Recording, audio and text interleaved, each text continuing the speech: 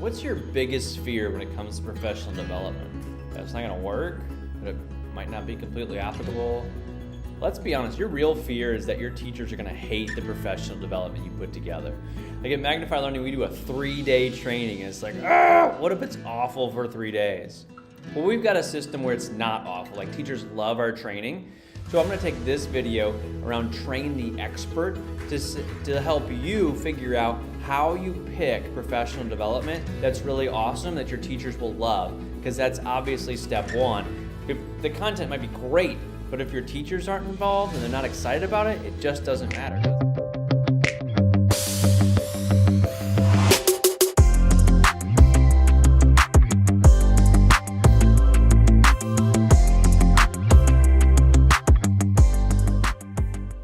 Welcome to PBL's Simplified Leadership Series, where we take your vision off the paper and get it into your school.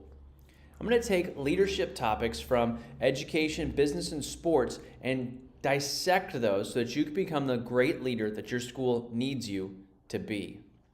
Today, as a part of defining the path, we are going to look at what we do in a PBL Jumpstart Training that keeps people coming back, that people continually rave about the training and they want to go on to PBL Advanced. Because as an educational leader, one of the worst things you can do is get your teachers caught up in bad PD.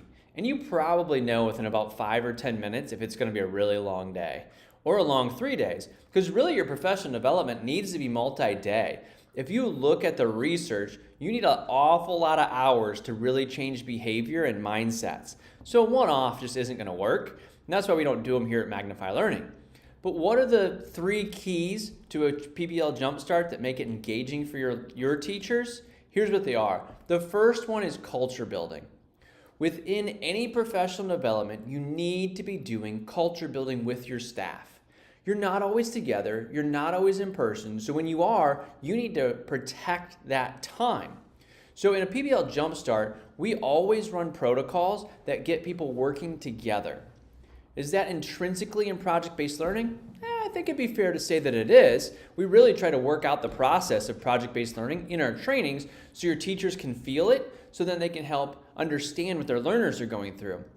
And one of those keys is culture building. So we run a connections protocol. We run a compass points protocol.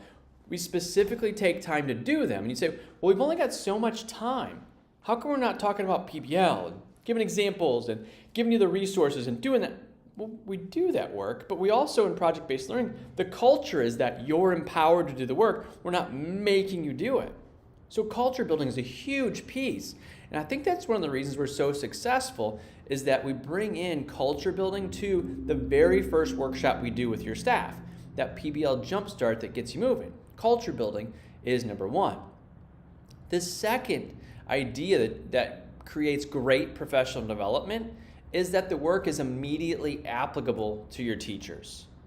You've all been to a conference and said, what a great speaker. That is really good work. Our learners would really benefit from that literacy piece or whatever it is. And then it goes onto the conference stack and it sits on the conference stack forever because you didn't have time to implement. You didn't have time to really think through it. You just heard it was a good idea and it was, right? Like someone else did it and it worked. Like, you're not arguing that, but you don't have time to now then create something that goes into your building or a classroom.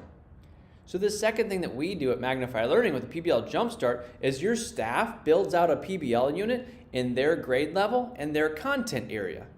So it's immediately applicable. So we say, hey, here's a driving question workshop.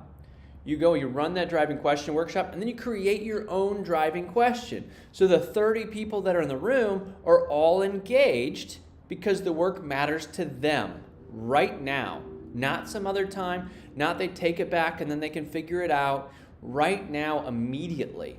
That's how you start to train your staff to expert, is you have culture building and the work needs to pertain to them right away. The third guidepost is that there needs to be a place for growth.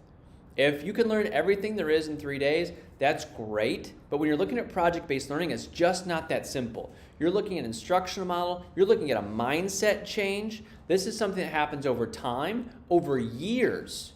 So there needs to be a place for continuous improvement. It's not one and done. It's definitely not one day. It's not even 3 days with coaching. You need to have a path for your staff to continue to move forward on your vision.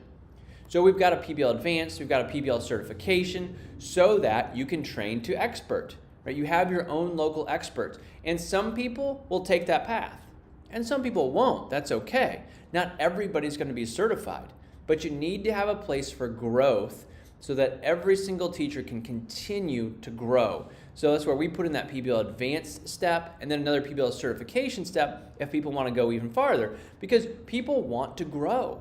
We do, right? We want to set goals. We want to get better at our craft, whether it's in the classroom or it's at the school level. We all want to grow in what it is we're doing. That's when we start to feel successful. That's when we're feeling fulfilled. So right now we're in the middle of this series of defining the path. You might want to go back a video to see the overview of it, but this first step in defining the path is going to be the idea that you're going to build culture. You're going to have PD that's immediately applicable. That's whether you bring somebody in like Magnify Learning or you have a staff meeting. You're going to protect that time and make sure that it's applicable. And the third step is that you are going to have levels that people can grow into, because growth shows life. It is the sign of life, right? So if your people are growing, there's life and there's passion, and that's what you want as you're implementing your vision. That's what this PBL Leadership Series is all about. It's about taking that vision that you have off the paper and bringing it into your school. So you might want to hit subscribe right there so that you can get these videos in order. And then you can also look at the end of this video, there'll be an end card, and it'll suggest a video for you that will go right in line with this. So you can stay right in this vein of learning. And as you do that, you're going to continue to engage your learners, tackle boredom, and transform your classrooms. Go lead inspired.